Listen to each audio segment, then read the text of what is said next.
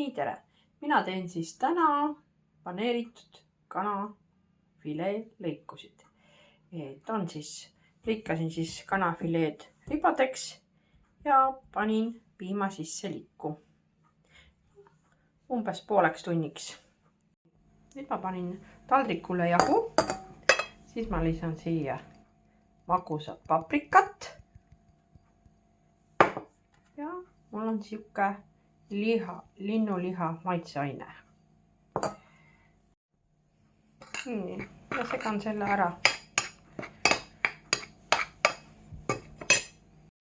Nüüd ma võtan eraldi taldriku ja löön siia 4 muna. Nii, kahvliga klopin ilusti lahti. Ja siis siia ma panen soola ja sidrunipipart. Soola ja sidrunipipart. Võib ikka natukene julgemalt ka panna, et oleks hea, et ikka maitset oleks. Klopin läbi ja siis hakkangi siit kana neid fileelõike läbi laskma. Ühelt munasse, siis jahusse ja panen siis eraldi ühe asja peale seisma, enne kui küpsetama hakkan. Panin siis pannisooja ja panen siia õli. Et õli sees hakkan siis küpsetama kana. Panen kuskil pool panni. Enne kui nii kulub kõik siia ära. Nii. Nüüd tõssin siis kana siia munast läbi, jahust läbi.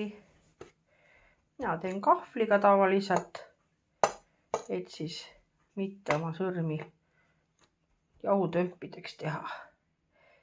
Siia ühe aluse peale. Ja nüüd lasetki õli sisse küpsama, nii kaua kui on pruunid. Ja ilusti küpsanud. Vahepeal siis jälgid, keerad neid.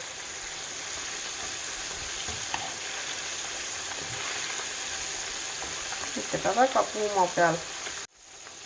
Alguses panin pidinukk 12 peale ja praegu on 8 peale keeratud. Ja niimoodi ma küpsetan neid. Nii kaua kui saavad valmis. Kõrvale pakun siis ahjukartulit porgandiga. Nii, kastmeks võtan hapukoort. Siis ma panen siia natuke majoneesi ja ka natukene kohvikoort. Panen siia. Või siis toidu või köögikoort, kuidas keegi soovib ja mida kodus parajasti on. Törts seda Põltsamaa magusat sinepit, maitselt mahe. Natukene soola, sidrunipipart, küüslaugupulbrit, natukene suhkrut. Nii, ja siis ma olen pannud tipikastme pulbrit siia sisse.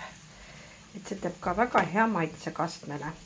Et vahel kasutan ka muidugi ketsupit, siis kui tahetakse punast kastet. Aga täna taheti valget kastet. Segan ära. Ja valmis ta ongi. Väga maitsev. Siin on juba valmis. Siuksed ilusad kuldpruunid.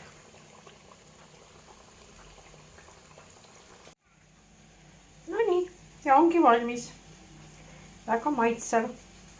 Head isu teile!